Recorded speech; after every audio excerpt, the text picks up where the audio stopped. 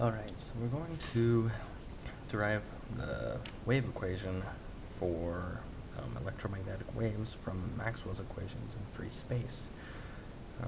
So the wave equation is going to look something like this.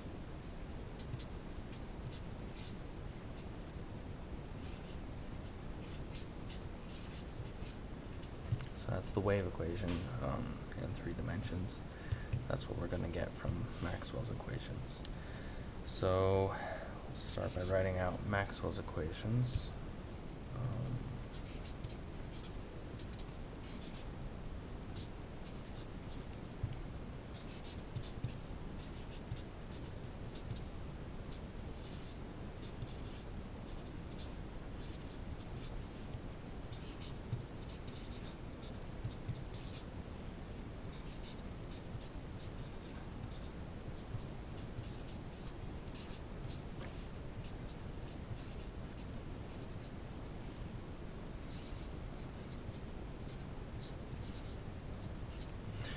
Okay, so here's Maxwell's equations, and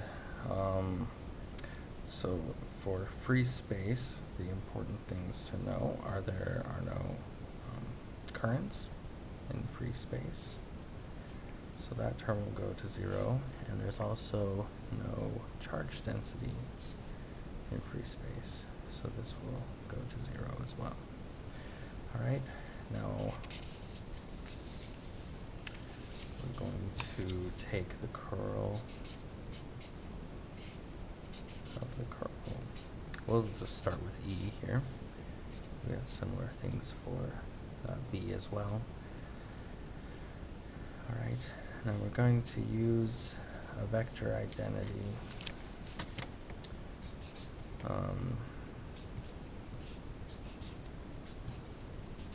If this is just some vector, then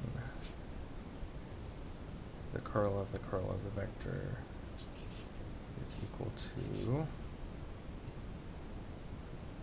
the gradient of the divergence minus the Laplacian of the vector. So this is what we're going to use. Alright, so we can come here. Alright, well, first thing we can do is replace this curl of E by the negative time derivative of B.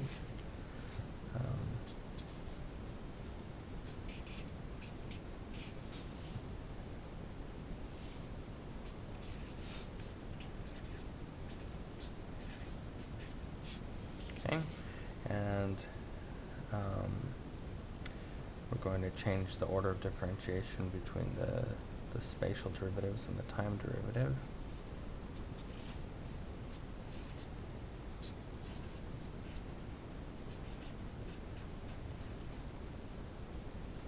Like that. Alright, so now we have the curl of B, and we also have an expression for that. So in free space, there's no currents, no free currents. So this is going to equal, so this minus time derivative out in the front, and then we're just going to put this inside. So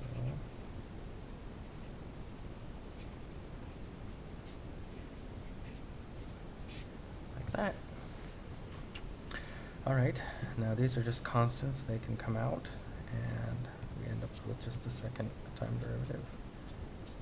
So minus sign u naught epsilon naught, and then the second time derivative of E.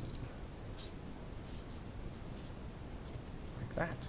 Alright, now we're going to use this expression down here. So we know that this is going to be equal to gradient of the divergence of E minus the Laplacian of E, like that. Okay, but we also have an expression for the divergence of E right here. In free space, there's no charge density, and we get a 0 here as well, so that goes away. So we're left with this term here is equal to that term there. Take out the minus sign on both sides, and we're left with Laplacian E.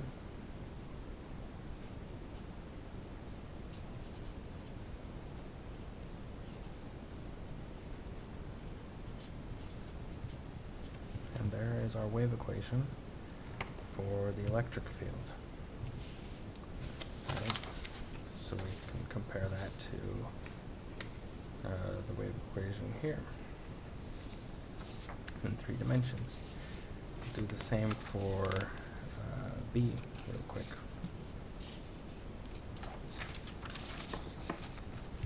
All right, same story. Just like this. All right, but we know from our Maxwell's equations, neglecting the current term, we just have this inside.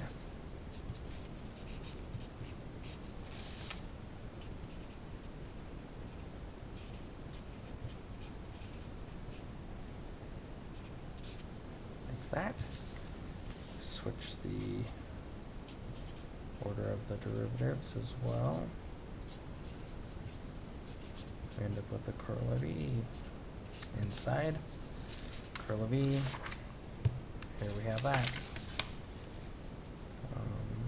And there's a minus sign now. And now we just have the second time derivative of B.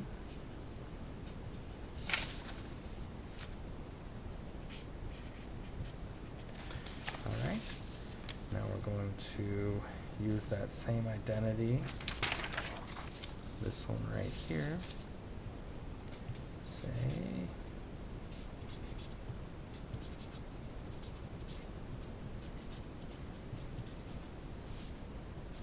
just like so. All right, now again, Maxwell's equations have no magnetic monopoles. The divergence of B is equal to 0. This term goes away. Just like the last one, same story. We have this minus sign that cancels out, and we have a wave equation for B as well.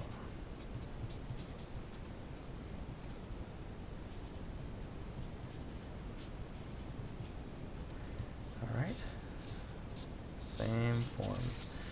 Now, if we look at our wave equation, we see that this constant c here is actually the speed that the waves propagate. If we come to both of these equations, we see that basically we have a 1 over c squared equals mu naught epsilon naught, which gives us c equals 1 over the square root of mu naught epsilon naught, which happens to equal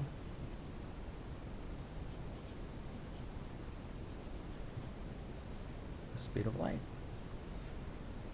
So that's a big clue about the whole, for those figuring out the theory of electromagnetic waves. When you have this epsilon naught, the permittivity of free space and the permeability of free space, and you combine them in this way, you get this number which matches the speed of light, which can be measured in the experiment.